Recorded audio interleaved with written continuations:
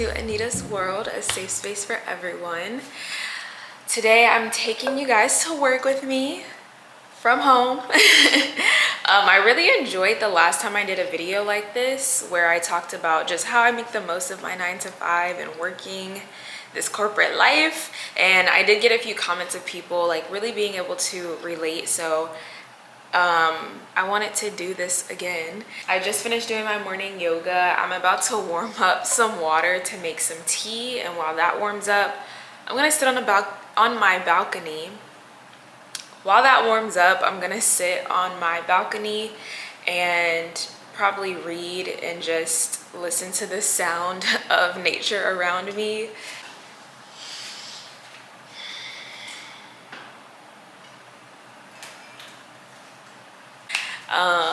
So that's what I'm gonna do, and then we'll chat some more. I tried filming this video yesterday and I'm gonna be real, the audio lost all the audio. Like, I went to go import the footage and I was starting to like watch through the footage and I'm like, where's the sound? No sound. So we're gonna try this again today. And the only difference between today and yesterday is that yesterday I had a laser hair removal treatment. It was my first one ever, so I brought you guys along. I was sharing everything with y'all. I still have some clips from my phone, but I'll talk through it later today. I do feel like it's important for me to share my experience, especially as a melanated queen. There's this stigma, you know, that laser hair removal is not safe for darker skin, but we've come a long way. We've come a long way, and I had a great first experience, and even before that I had an amazing hour-long consultation where everything was thoroughly explained to me, and it was just 5 stars all around. So I'm really happy about this journey that I'm going on, and I'll talk to you guys more about it later. But I'm about to just continue to have some me time before I log into work, and I'm so grateful that I mean, I don't wake up super early. I usually wake up around 6:30, 6:45, but I don't get out of bed till like 7. But that still gives me enough time working from home to be able to pour into me. Y'all know that's important to me, is pouring into me before I log into work. I don't wake up to log into work. I wake up to spend time with myself and to just set my intentions for the day, which usually is me extending my gratitude and me reflecting on my manifestations, and yeah, I like to do all that, and drinking my tea and doing my yoga and all the little things that help me stay present and drop into awareness and mindfulness. I like to do all of that, and that can look different every morning, but I'd like to do that before I even think about work. So yeah, that's what I'm gonna continue to do. In the morning, I have this like ice roller, and I like roll it on my skin every morning while I sit on my balcony, and I leave it in my freezer overnight, so it's really cold and it feels good on my skin, and it helps with like the puffiness.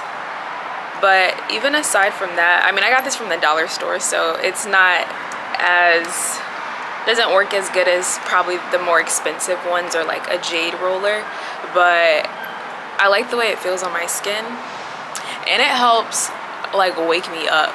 So that's what I be doing, sitting on my balcony just like staring at the sky and massaging my face.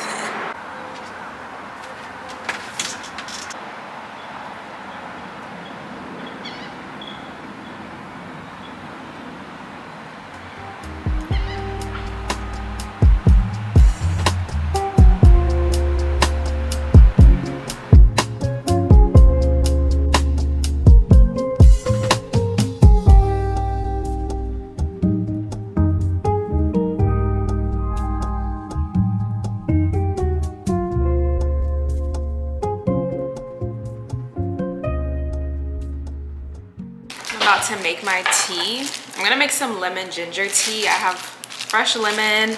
I have some sativa honey. I already added my ginger in here. And then I'm gonna add my water. It's so funny, when I was sitting out on my balcony, I was thinking about just all the things that I have on my plate right now. I'm like, I don't want to say I'm back on my grind because I don't want to say I'm back on my grind because I want to release that hustle grind mentality, but I do have personal goals for myself and I am working toward those things, and so I do have a lot on my plate right now. I found myself feeling a bit overwhelmed by it all, but really it was just the thought of it. Once you actually get started and do things, it's like, oh, this is not as bad as I anticipated, or you know, as I worked things up to be. Oh my god, this is hard. This lemon is hard. But I say all that to say, I was feeling like directionless because I'm like, I'm doing all these things, but the things that I'm doing are things that I won't see results of until the future, you know, until a few months to a year from now. And so I'm like feeling like, wow, like I'm putting in the work, but I'm not seeing the progress of it. And I had to remind myself that, like, you have to trust the process. Things are not going to happen overnight, and that's okay because there's beauty in the journey. Now, when things happen where I feel like it's out of my control, or things are not going as planned, or I'm feeling overwhelmed and stressed, like, I just release it because I'm like, everything is going to be okay. It has always been okay. I've always been able to make it through on the other side. And so it really isn't, like, I allowed myself to get worked up and feel whatever I was feeling, but it's like, now I realize it's not worth the energy. Just know, if you feel like you have a lot on your plate, and you feel directionless, if you feel like you're going nowhere fast, just know those little baby steps that you're taking each and every day, or every week, or every month, those little steps are gonna become big strides toward great things. I still have a lot of growing to do, but I am so grateful for life. Every morning I wake up and I'm just like, what? Like, God, you chose me to live this life. Thank you. Like, thank you for positioning me here. I realize that I have a lot of privilege in the life that I live, especially being 23 years old. One of my favorite YouTubers, Azalea Williams, love her. She's a Scorpio like me. But I resonate with her last video where she shared like a message from her mom, where her mom was talking about how this social media shit is not real. You know what I mean? And like, this idea that by a certain age you should be doing XYZ and your life should look like this. It's not normal for people in their like teens and early 20s to be living luxurious lifestyles and having fancy cars and making six figures. Like, that's not normal. So it's like, if you are in your 20s and you feel like, oh, I should have the car, I should have the apartment, I should have the salary and all of this, like, all of that is really superficial. And while I'm very privileged and grateful for the life that I live and the things that I do have, mind you, I don't have like I still have the same car from high school, okay? And it's paid off. You know, I don't have all the fancy things, but I do recognize that I have privilege, and I do recognize that most people my age, even people that are older than me, are not in the same position that I am. And I am understanding of that. And I am just grateful for where I am in my life, in my journey, because this is my journey. It's no one else's journey.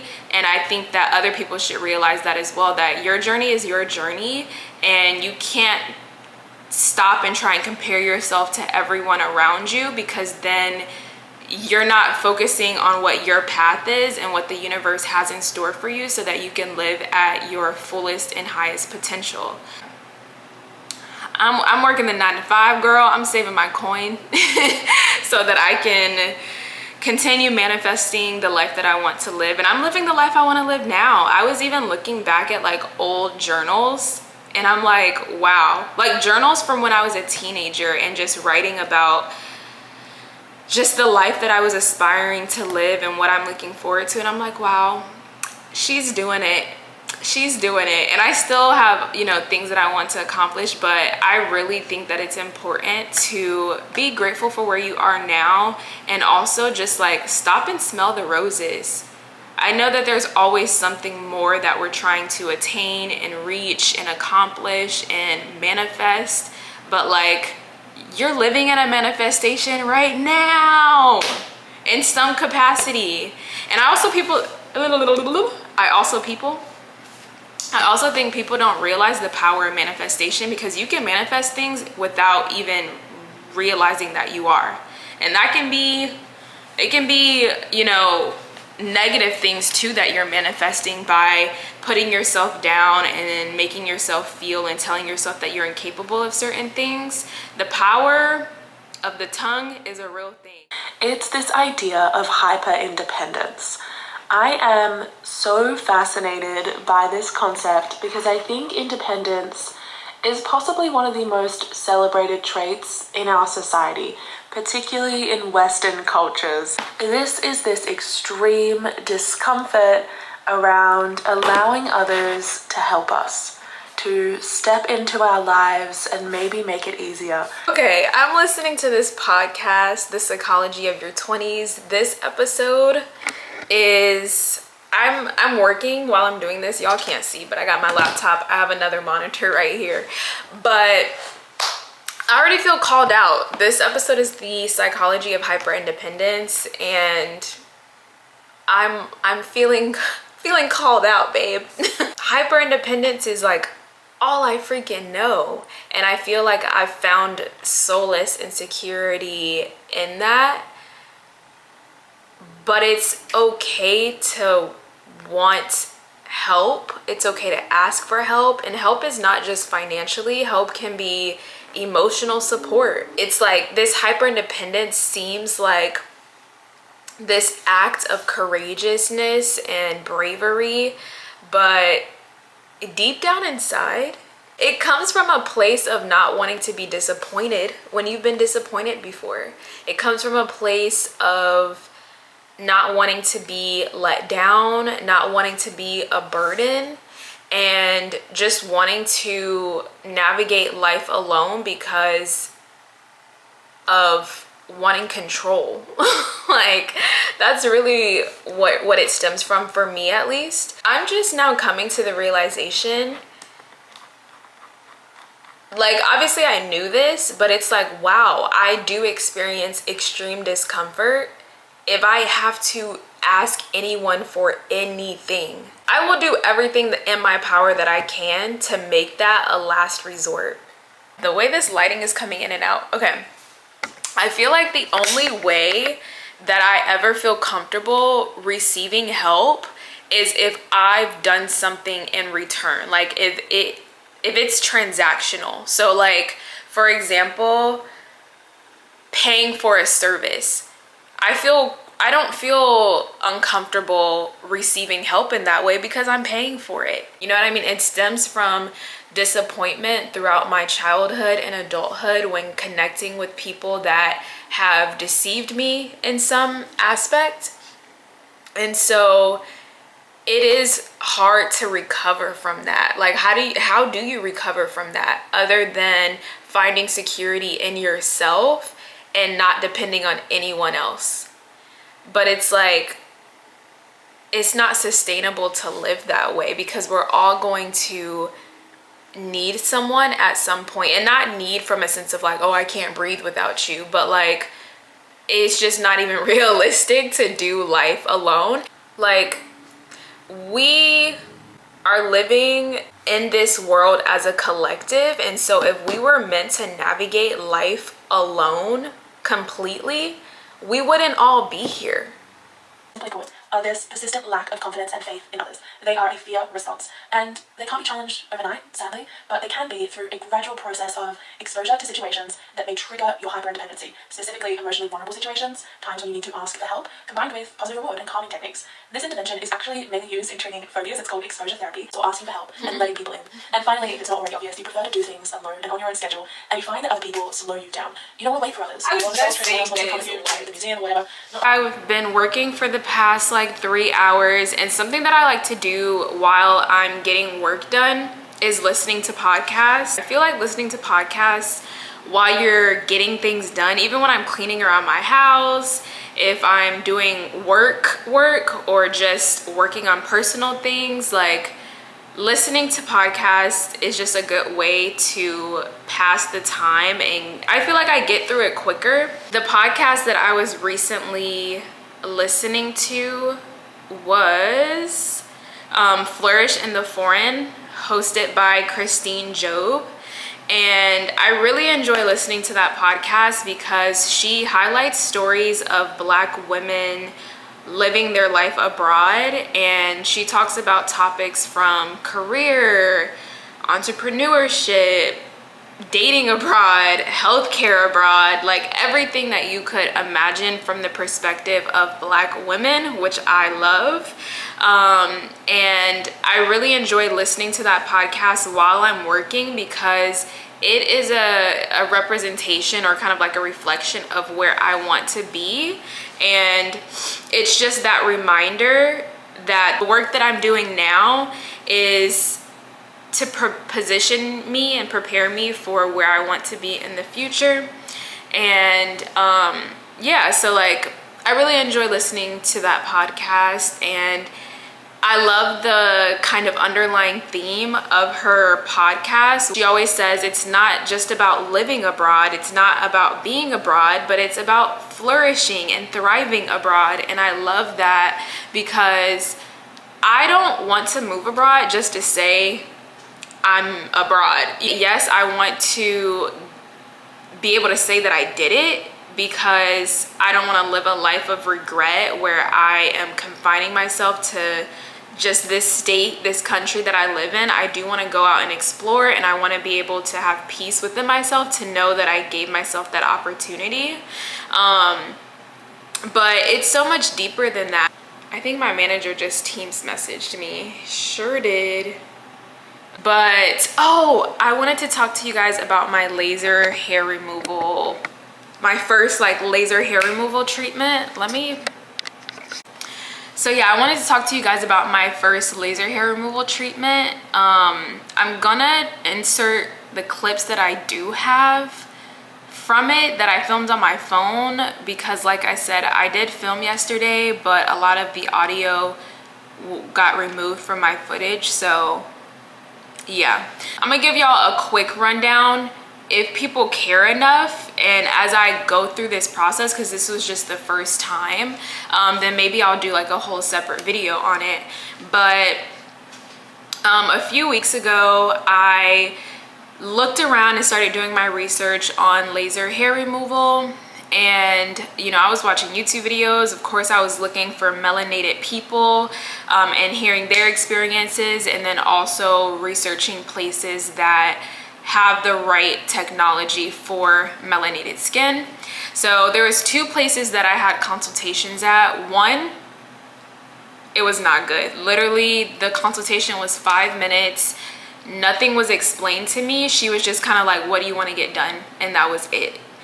Then the second place I went to was Milan Laser. They have locations all throughout the US. They're actually planning on expanding to have a location in every single one of the 50 states, so that no matter where you are, you can get it done.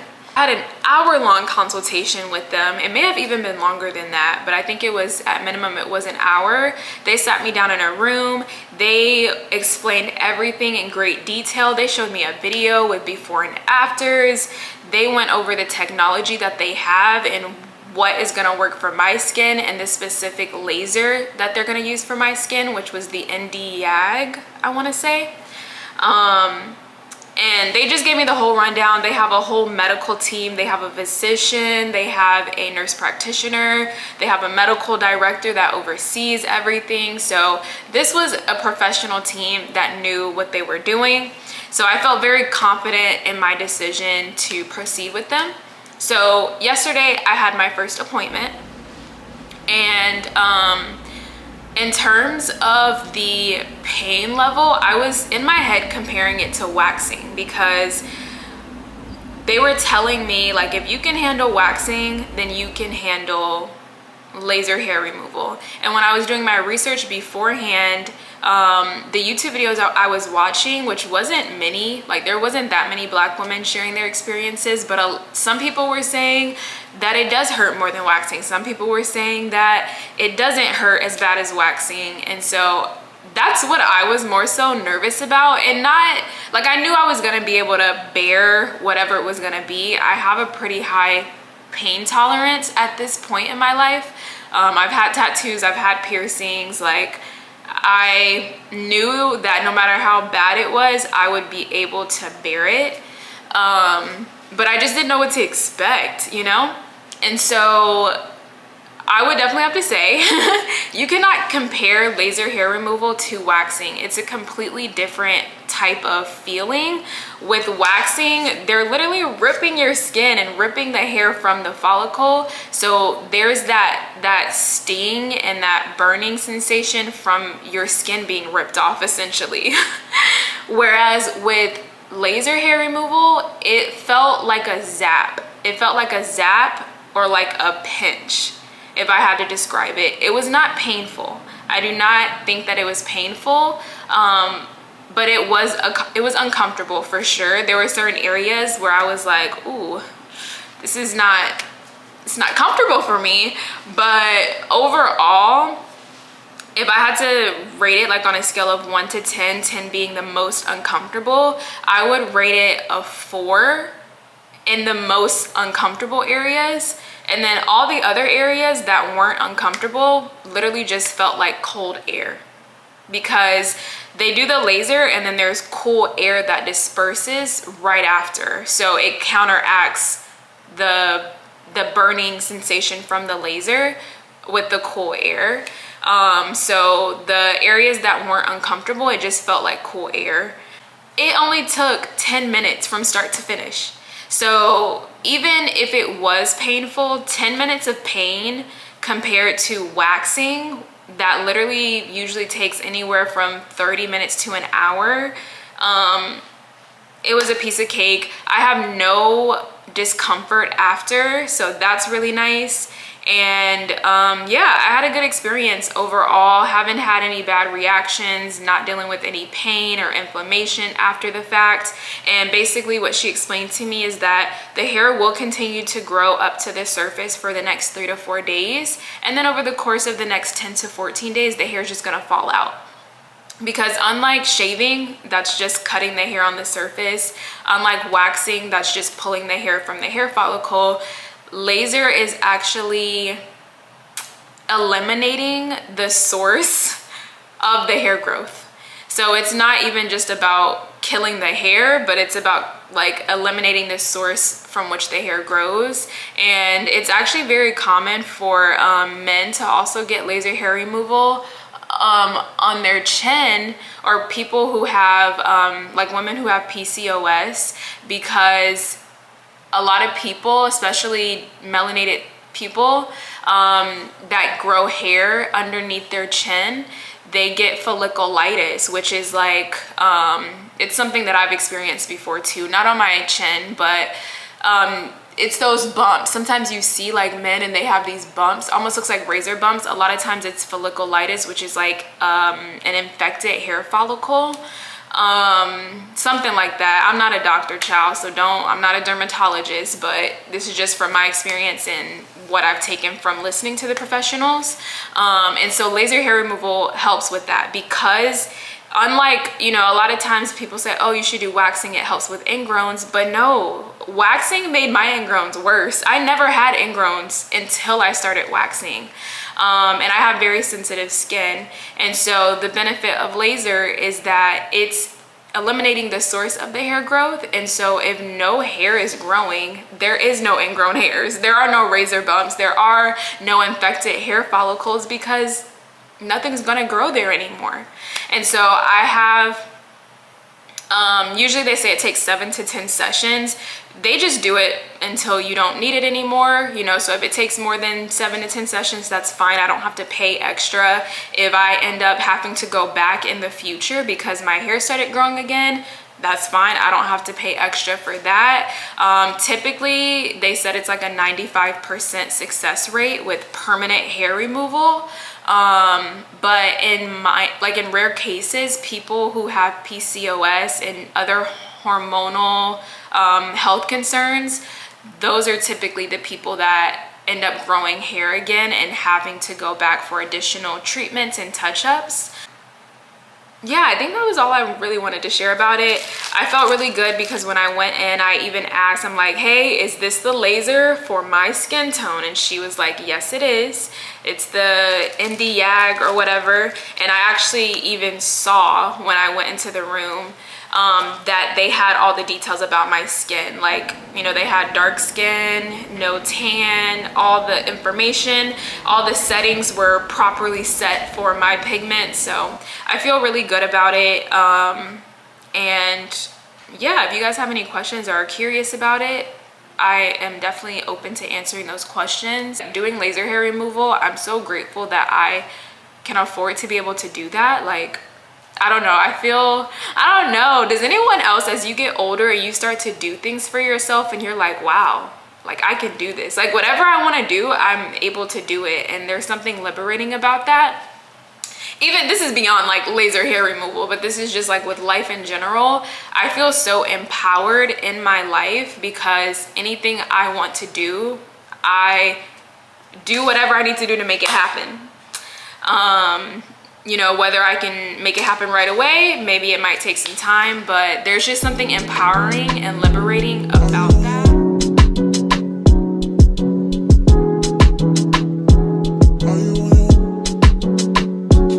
Are you on your way? Are you coming soon to me? No parking in LA, so I'ma send an Uber to your place. It's my secret safe, safe with just you and me. We can't leave a trace. This is my favorite mistake. Oh, look in my eyes. Can you find the light? Do you feel alive? Look in my eyes. Do you mind the lies? Do you feel alive? Look in my eyes. We both know it's wrong. I just logged out of work. It's like 4 o'clock, 4:03 to be exact. I planned on logging out earlier, but I ended up just like planning for next week, and I hopped on a quick call with my manager, and yeah, but we're logged out now. And I have to study. I have an exam that I'm going to be taking later this year for a certification that I'm getting. So I always dedicate an hour every day to studying for that. I also need to practice my Spanish. And then I might work out. I really want to be out in nature today, but I'm like, maybe I'll just wait until tomorrow. Somebody's playing Beyonce. I don't know if y'all can hear it. They're playing Break My Soul. It is not hot today. It's just humid. Also, I'm wearing a black hoodie, so that could explain that. But I could go to the park with the way the weather is right now. I might sit in the park and read a book, or like sit in the park and edit this vlog that y'all are watching now. So I'm gonna close this out. Thank you guys for coming to work with me today, and I hope that you all have a fantastic day, a fantastic weekend. I wanted to go to the park. Never mind now.